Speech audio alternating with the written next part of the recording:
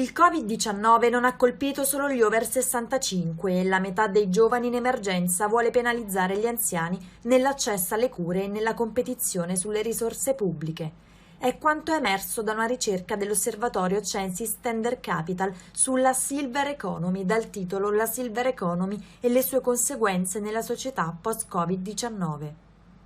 La pandemia ha creato un divario tra giovani e anziani. I secondi, gli over 65, infatti, sono mediamente in salute e più solidi economicamente, tanto che il 32,8% si dichiara ottimista sul proprio futuro e il 20,9% più positivo sulla ripresa dell'Italia, mentre i millennial molto meno.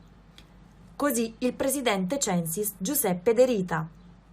Comincerà ad esserci una voglia degli anziani di riprendere padronanza di se stessi e anche del circuito finanziario affettivo che si è creato intorno. La quota di titoli di Stato italiani detenuta dai gruppi finanziari residenti nel nostro paese è stata del 63% nel 2019. Lo rende noto l'Eurostat. Siamo i quarti in Europa, dietro solo a Danimarca 74%, Svezia 73% e Croazia 67%.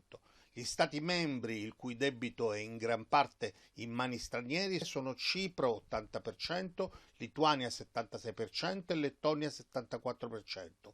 In tutta l'Unione Europea meno del 10% del debito è detenuto da famiglie, società non finanziarie e istituzioni senza scopo di lucro del paese di riferimento. Sopra la media l'Ungheria con il 28%, Malta 26%, Portogallo 15% e Irlanda 11%.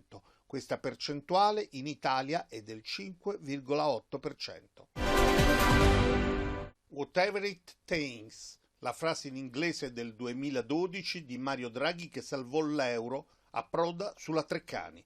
L'Istituto dell'Enciclopedia Italiana pubblica un percorso linguistico che colloca nel tempo e fissa il significato storico, sociale e culturale dell'espressione che ha scandito la fase culminante della carriera istituzionale di Draghi in veste di presidente della Banca Centrale Europea, dopo essere stato governatore della Banca d'Italia. Il neologismo whatever it takes, costi quel che costi, venne coniato dal grande economista e banchiere italiano nella crisi economica del 2012 per definire in modo assolutamente non equivocabile dai mercati il ruolo della Banca Centrale Europea nella difesa dell'euro.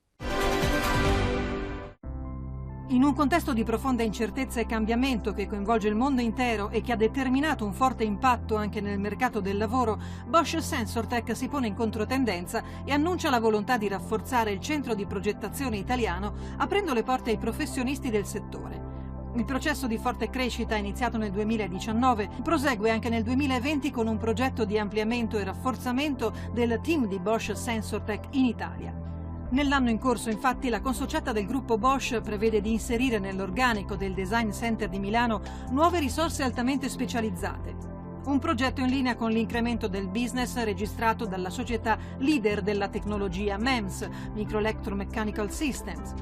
Per visualizzare le posizioni aperte e candidarsi è possibile visitare la pagina LinkedIn di Bosch Italia o la sezione Lavora con noi del sito Bosch Italia. Bosch Sensortech, una consociata del gruppo Bosch, sviluppa e commercializza un ampio portafoglio di sensori e soluzioni per smartphone e tablet, ma anche per droni, robot e casa intelligente.